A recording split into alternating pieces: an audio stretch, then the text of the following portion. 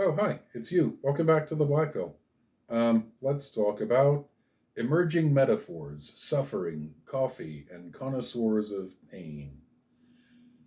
We were sitting in a cramped, cold classroom in Chengdu in western China, struggling to be of use, when one of our Chinese hosts said, "Psychology is dog shit." Each year, a small group of students and professors of psychology visit China to talk about psychology and religion, existential psychology, Chinese indigenous psychologies. On this trip, my first, we were visiting aid workers whose mission was being of service to living victims of the 2009 earthquake in Sichuan. Following the disaster, thousands of Chinese and hundreds of foreign aid workers came to the scene. Now, only a few dedicated Chinese workers remained. The dog shit comment was meant to tell us what our place was in the scheme of things here. We had come to offer aid to the aid workers under the auspices of Mark Yang, then of Alliant University in Hong Kong. He and his team had previously come to help the earthquake victims, only to find their Chinese language skills were not up to the task, and that they were too far away in Hong Kong to offer the close, long term support these people would need. Um, uh, China, the language is Chinese. In America, we'd call it Mandarin, but the Chinese call it Chinese. And in Hong Kong, the language is Cantonese. So, um, yeah, so they just didn't have the.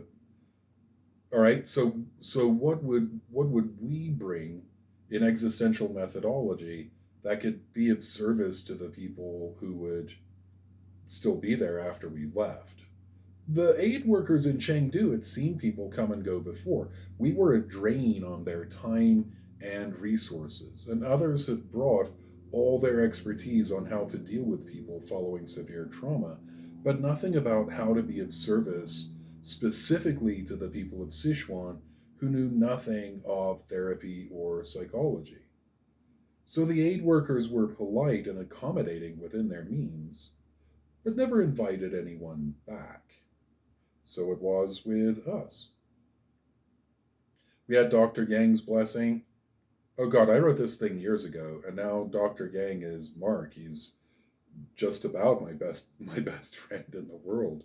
Uh, so we had Mark's blessing, and so we're a bit more welcome than others. But even so, we were far from being hailed as liberators, and we were capable of taking a hint. Hmm.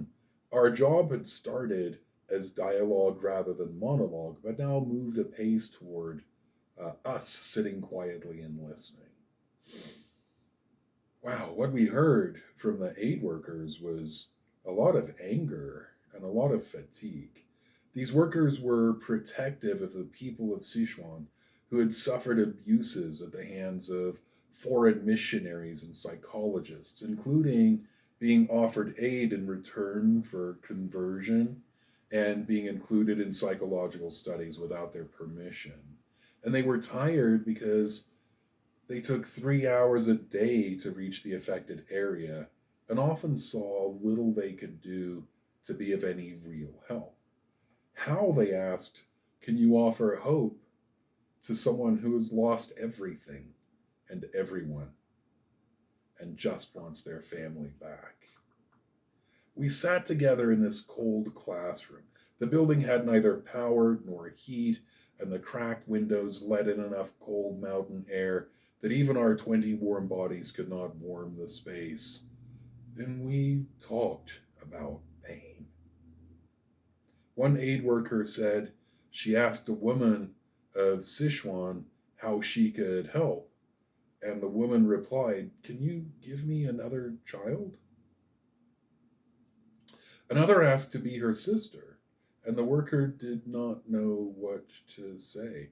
A therapist, she thought, should not enter such a close relationship, especially when it must end in failure. So, psychology is dog shit. We surprised our hosts by agreeing that, by and large, psychology is indeed dog shit. A human science that does not look carefully at the role of hope and hopelessness, of compassion for its own sake, at the role of spirituality in a breathing and unclinical sense, is an inhuman science. After a while, the dialogue started to open up a bit with the aid of heroic interpreters.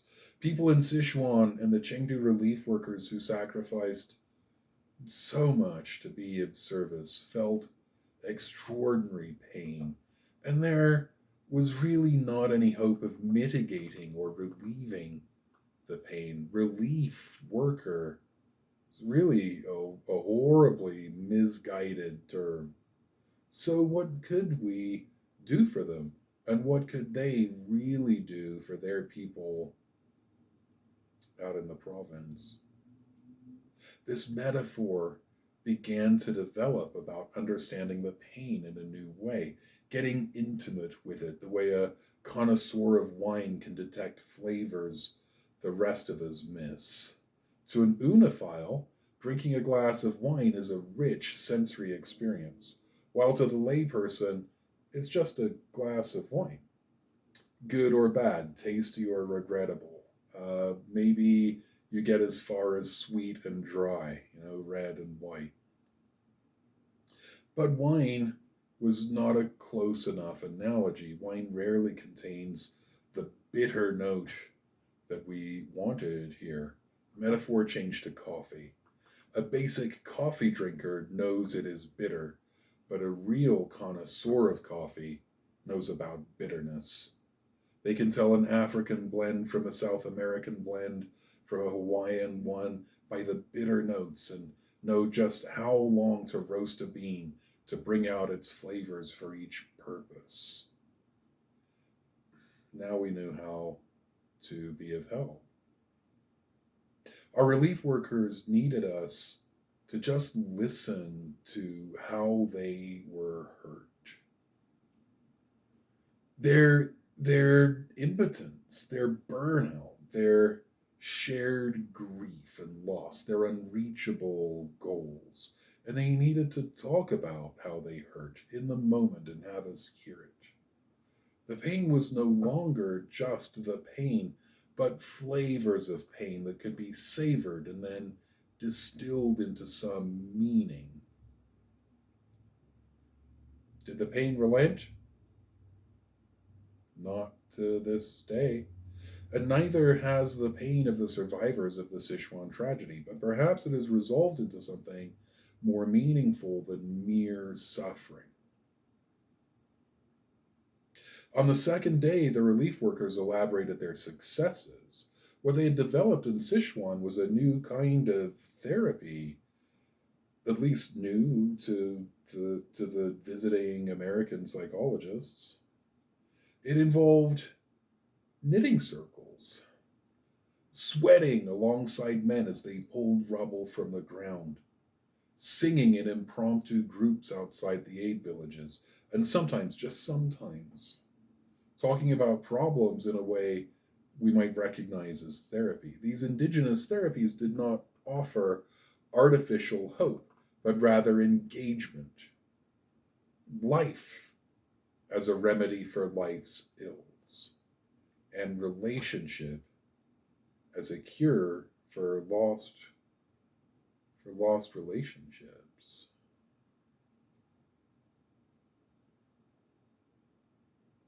That's all.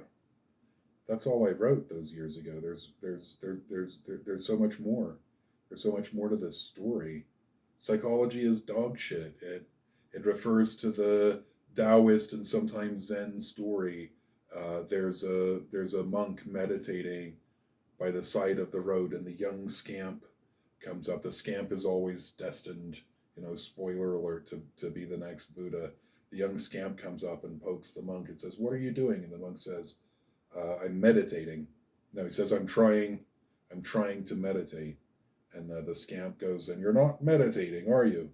Uh, and like, mind blown. And he's the next Buddha.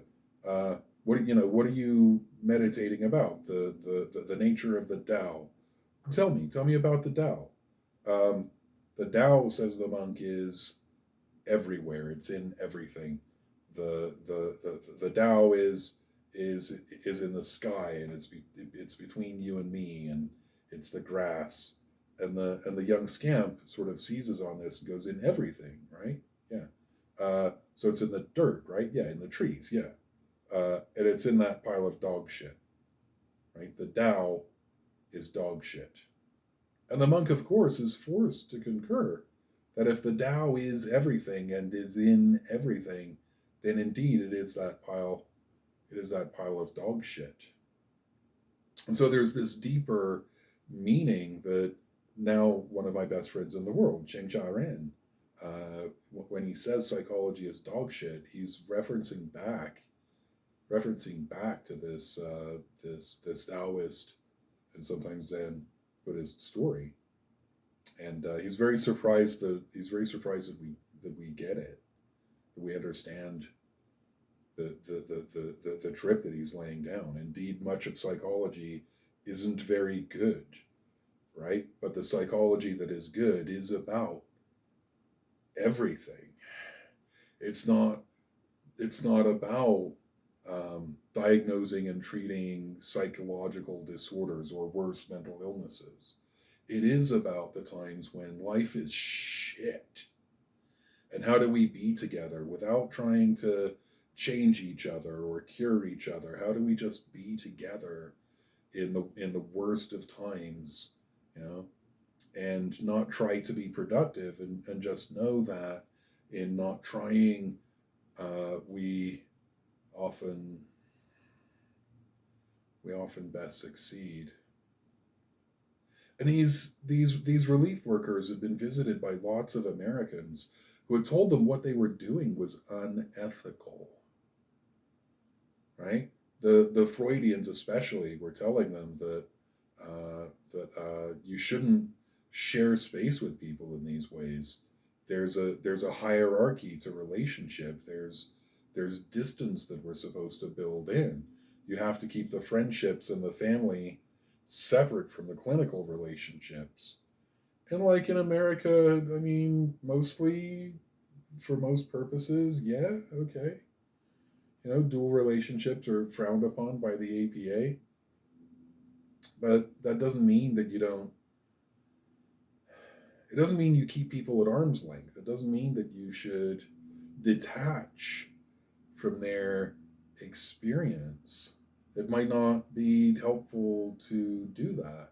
And in some settings, all you can do is be directly with the person. Sometimes they need a sister, and you say yes, I'll be your sister, because there's no one else to fucking do it. There's no one else to do it. And the person understands that it's a temporary or a surrogate or some sort of arrangement of a relationship, but you act in the way that they need for the time that they need it.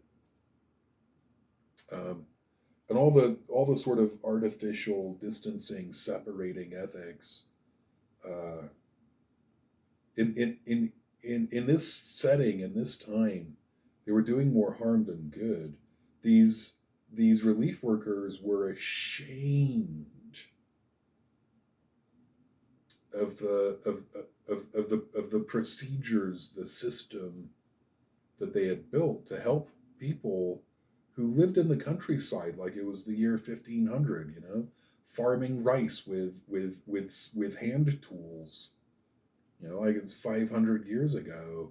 They have no knowledge of psychotherapy or Freudian dynamics, no culture of coming to someone and sitting and and and working through their problems in the way that is just so natural for so many young modern Americans. And so they built a way of being with people that was therapeutic, and that only sometimes involved like a few a few words of therapy. And they thought we wouldn't recognize it because no one else did it.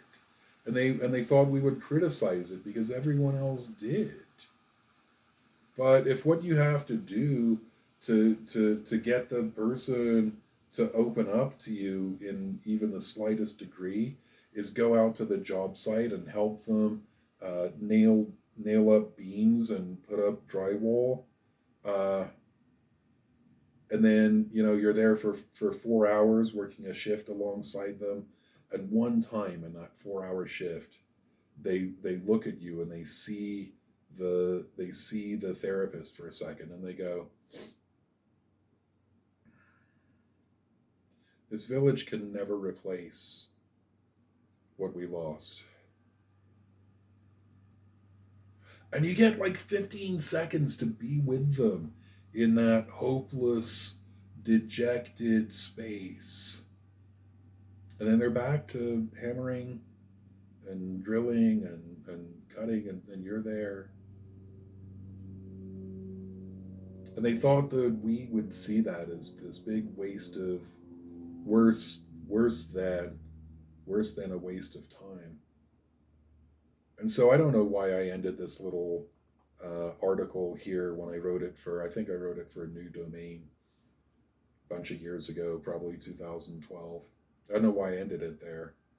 Um, the day two they tell us about all these actual successes though, and like the knitting circle makes scarves and hats and gloves from local wool that they sell at really inflated prices, to Western tourists to raise money to give independence back to these people who have lost their farms.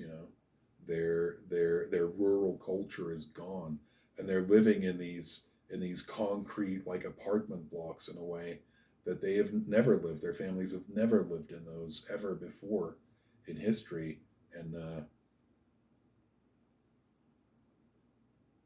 just the stories. Well, I've been the Black Pill, and I hope this has made some sort of sense to someone. And Black Pill out.